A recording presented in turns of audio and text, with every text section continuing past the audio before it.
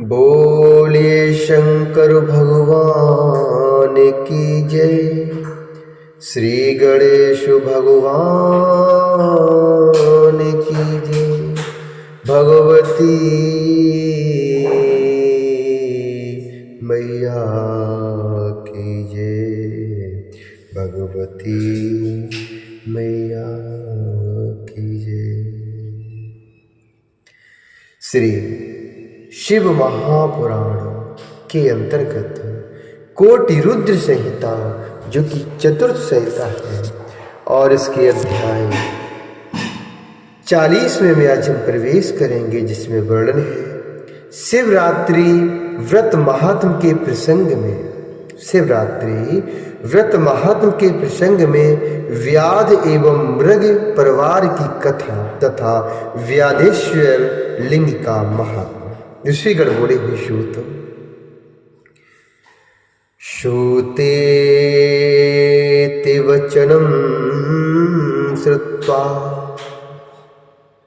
श्रुतते वचनं श्रुत्वा परानन्दं वयं गतः विस्तरात् कथये प्रीत्या तदेव व्रत मोत्तमं तदेव व्रतम् उत्तमं विस्तरात् कथये प्रीत्या तदेव व्रतम् उत्तमं तदेव व्रतम् उत्तमं कृतं पुरा च केनेह श्रुते तदुव्रतमुत्तमं कृतोऽप्यज्ञानतश्चैव प्राप्तं किं फलोत्तमं प्राप्तं किं फलोत्तमं। ऋषिगण बोले, हे सूत, आपकी वाणी को सुनकर हम लोग अत्यंत आनंदित हुए। आप उसी उत्तम व्रत को प्रीत से विस्तार पूर्वक कहिए। आप उसी उत्तम व्रत को प्रीत से विस्तार पूर्वक कहिए। हे सूत, यहाँ पर इस उत्तम व्रत को पहले किसने किया तथा अज्ञानता पूर्वक भी इस व्रत को करने से उसको कौन सा उत्तम फल प्राप्त हुआ। तब सूत जी बोले, हे ऋषिगणों, मैं इस विषय में एक निषाद का सर्व पाप नाशक पुराना इतिहास कहता हूं, आप लोग उसे ध्यान से सुनिए। पुरा कश्चिद्वने भिल्लो नाम्ना हयासीद गुरुद्रुह। पुरा कश्चिद्वने भिल्लो नाम्ना हयासीद गुरुद्रुह। कुटुम्बी बलवान क्रूरः क्रूरकर्मपरायणः क्रूरकर्मपरायणः। निरन्तरं वने गत्वा मृगान् हन्ति स्म नित्यशः। चौर्यं च विविधं तत्र करोति स्म वने वसन्। चौर्यं च विविधं तत्र करोति स्म वने वसन्। बाल्यादारभ्य तेनेह कृतं किञ्चिच्चुभं नहि। महान् कालो व्यतीयाय वने तस्य दुरात्मना। महान् कालो व्यतीयाय वने तस्य दुरात्मना। सूत जी ने कहा, पूर्व समय में किसी वन में गुरुद्रुह नामक कोई बलवान, निर्दयी तथा क्रूर कर्म में तत्पर भील कुटुंब के साथ रहता था। वह सदैव वन में जाकर प्रतिदिन पशुओं का वध करता था और वहीं वन में निवास करते हुए अनेक प्रकार की चोरी भी किया करता था।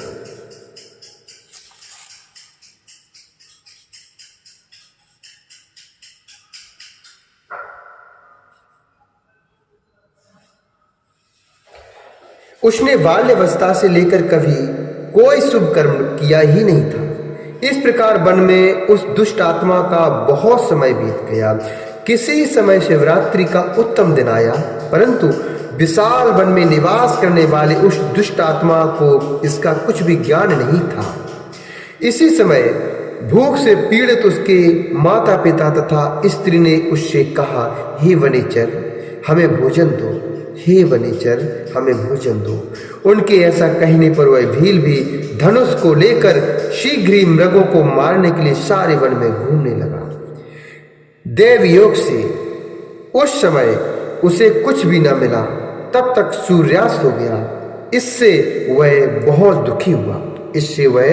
बहुत दुखी हुआ। अब क्या करूं मैं, कहाँ जाऊं? आज मुझे कुछ भी नहीं मिला।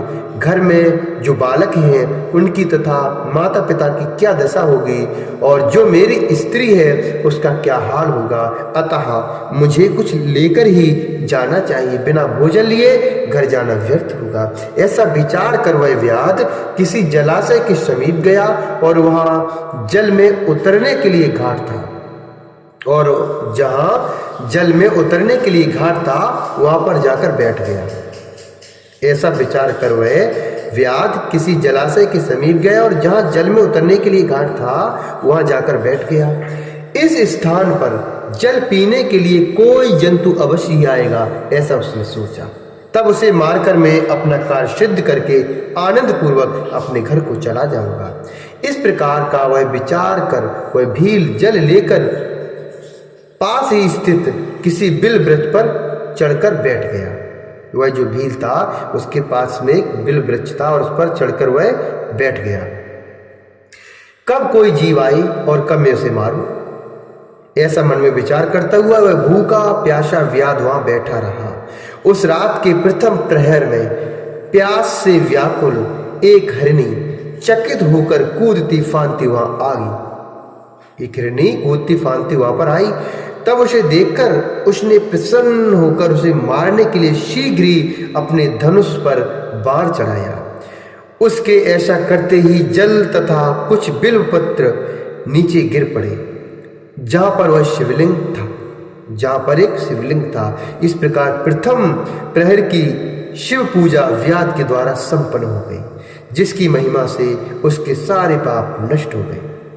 वहां के उस शब्द को सुनकर भय से व्याकुल हरिणी व्याध को देखकर यह वचन कहने लगी। मृगी बोली, हे व्याध, किम कर्तुमिच्छसि व्याध, सत्यम वद ममाग्रतः। तच्छ्रुता हरिणी वाक्यम व्याधो वचनम ब्रवीत। मृगी बोली, हे व्याध, तुम क्या करना चाहते हो, मेरे सामने सच सच बताओ। तब हरिणी की वह बात सुनकर व्याध ने यह वचन कहा। व्याध बोला, आज मेरा सारा परिवार भूखा है, मैं तुम्हें मारकर उन्हें तृप्त करूंगा।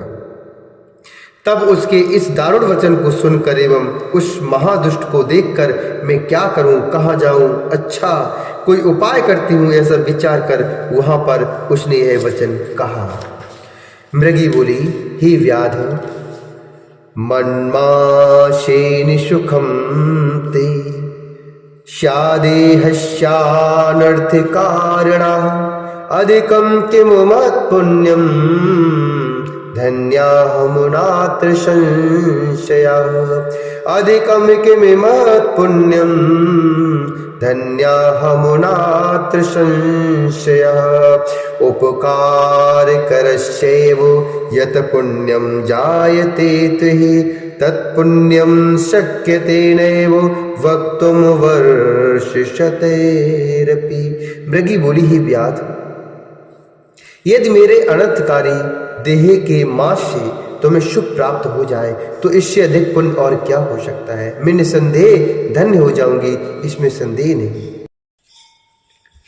लोक में उपकारी जीव को जो पुण्य होता है, लोक में उपकारी जीव को जो पुण्य होता है, उस पुण्य का वर्णन सैकड़ों वर्षों में भी नहीं किया जा सकता है।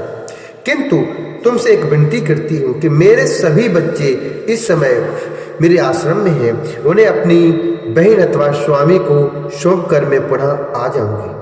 ऐसा हरिणी ने व्याध से कहा।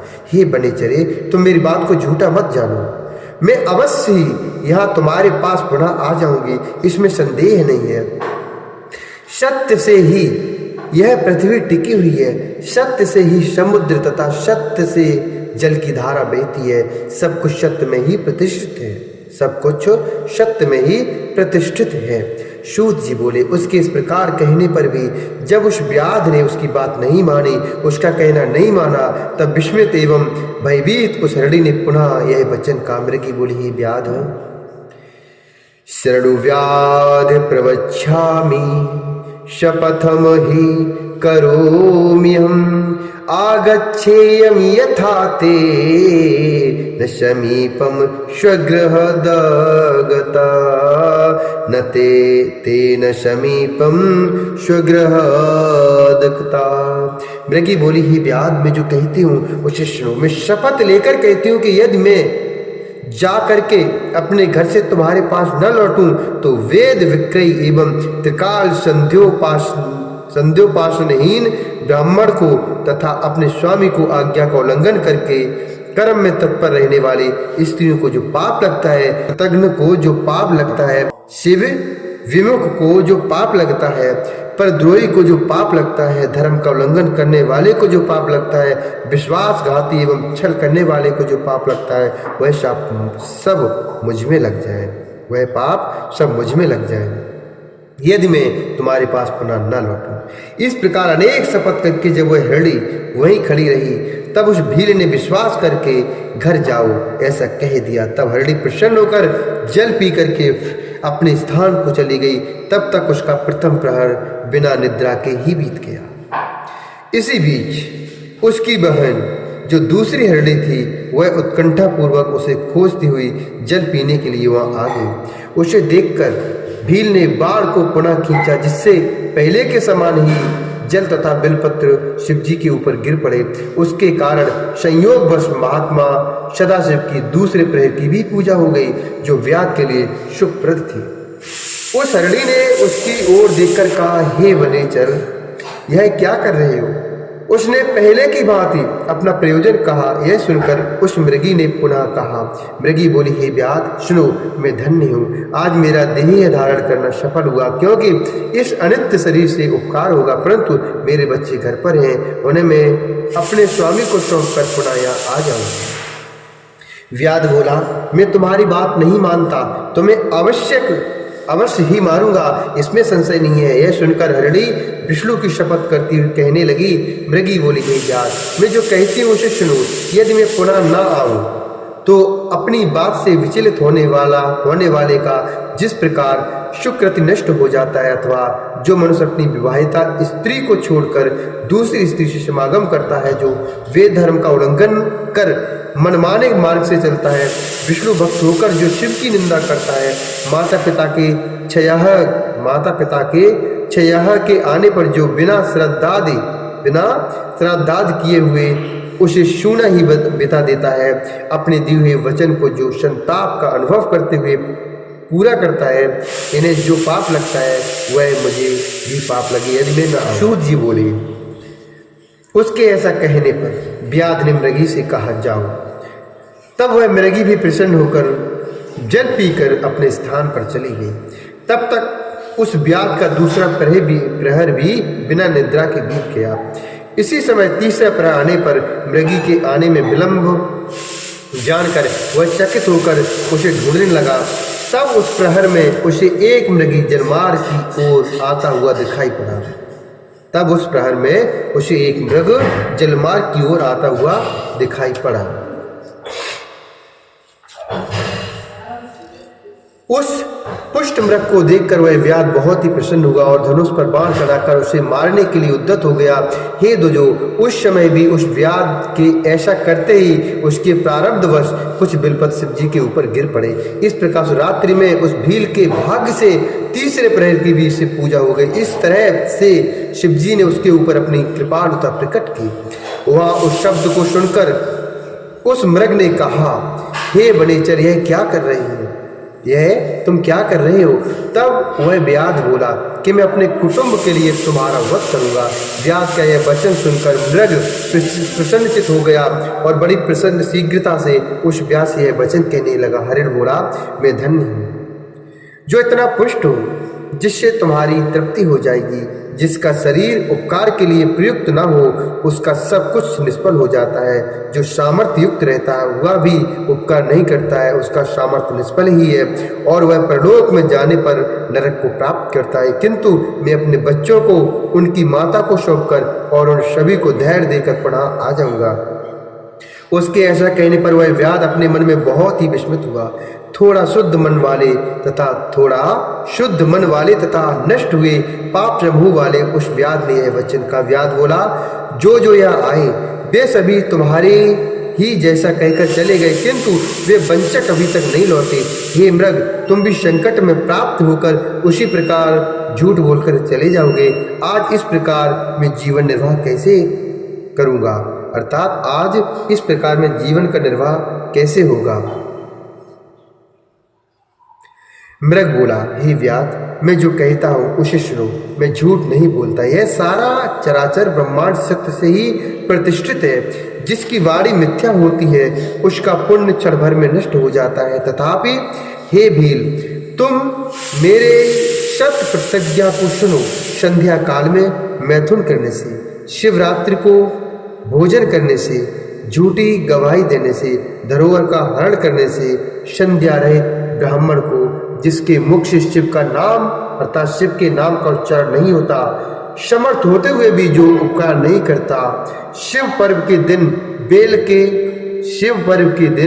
बेल के तोड़ने से, अभक्ष्य भक्षण से और बिना शिव पूजन किए एवं शरीर में बिना भस्म का लेप किए जो भोजन करता है, इन सभी को जो पाप लगता है वह पाप मुझे लगे यदि मैं पुनः लौट कर ना हूँ। सूत जी बोले, उसका यह वचन सुनकर व्याध ने उससे भी कहा, जाओ शीघ्र लौट कर आना।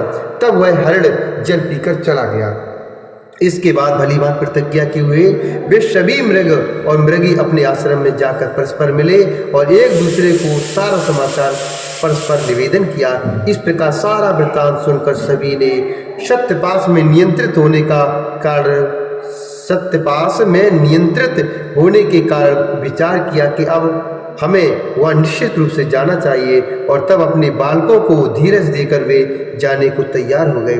उनमें से जो हरिणी सबसे बड़ी थी उसने अपने स्वामी से कहा, हे प्रभु, तुम्हारे बिना ये बालक किस प्रकार यहाँ निवास करेंगे। हे प्रभु, मैं व्याध के पास जाने के लिए पहले प्रतिज्ञा कर चुकी हूँ, पहले वहाँ मुझे जाना चाहिए, आप दोनों यहीं रहे। उसकी यह बात सुनकर छोटी हिरणी ने यह वचन कहा, मैं तुम्हारी सेविका हूँ, आज मैं जाती हूँ और तुम यहीं पर रहो। यह सुनकर मृग ने कहा, मैं ही वहाँ जा रहा हूँ, तुम दोनों यहीं रहो, क्योंकि माता के द्वारा ही बालकों की रक्षा होती है। तब स्वामी की बात को सुनकर उन्होंने उसे धर्म के अनुकूल नहीं समझा। वे बड़े प्रेम से अपने पति से कहने लगी कि विधवा बनकर जीना धिक्कार है। इसके बाद उन बालकों को धैर्य देकर तथा उन्हें पड़ोसियों को सौंपकर वे सभी शीघ्र वहाँ गए जहाँ व्याध श्रेष्ठ स्थित था। तब वे सभी बच्चे भी यह सोचकर उनके पीछे पीछे चल पड़े कि इनकी जो गति होगी वह गति हमारी भी होगी। उन्हें देखकर व्याध अत्यंत हर्षित हो उठा और धनुष पर बाण चढ़ाने लगा। इतने में शिवजी के ऊपर पुनः जल और बिलपत्र गिर पड़े।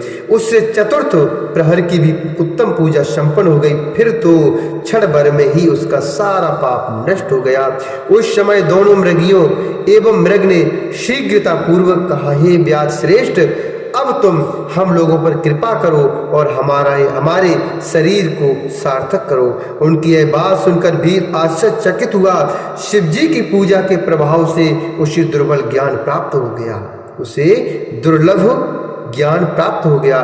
ज्ञान रहित ये मृग धन्य है, ज्ञान रहित ये मृग धन्य है, ये परम सम्मानीय है जो अपने शरीर से परोपकार करने में तत्पर है।